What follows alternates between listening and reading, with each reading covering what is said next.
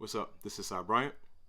Growing up, I developed a few coping mechanisms when I was old enough to recognize that people were disappearing. So again, this is around 4 or 5 years old. Yeah. One was to avoid any future relationships with anyone. Another was creating separation with those around me. The third was self-generated grief. This piece touches on the last one. It is called grief. Most of the grief, fighting the belief.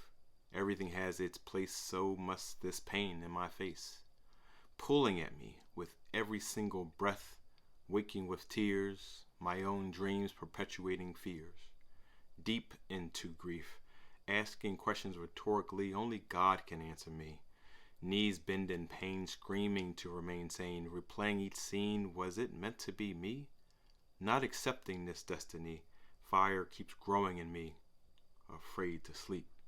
Alone in this grief, every grief opening every single time I felt this pain, appreciating lessons some told remain old, expecting something different, hard to bear this, praying for something, not even sure what yet. Buried in grief flowing through me, essence of everything, innocence was fleeting, unable to protect me, envied each daydream, thinking I'd be free. I changed locations, escaped reality, but it never left me. So it was always strange when I was talking to people that they thought were in my life when I was younger. Some recognized I was pulling away, while others believed they were still in my life. The latter caused the most discomfort. It was these one-way dialogues wherein even today someone would swear they know me. The painful relationships were the ones where people truly loved me, but I didn't understand how to receive or manage that love.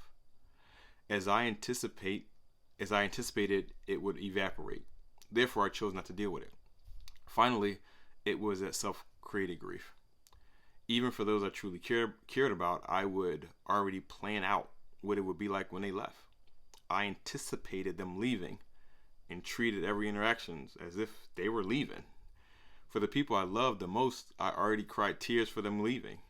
So when they left, or I felt like that they were going to leave, wasn't any drama. It was expected.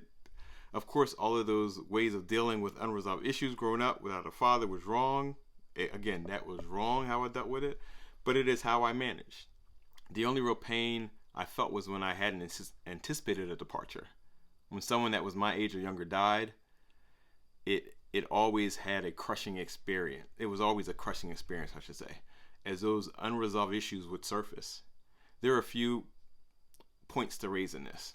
Okay, so one is do not try to undermine the impact you have on someone else's life. If you ever reach a point that you are no longer interested in being in their life, speak up, be an adult, and move on.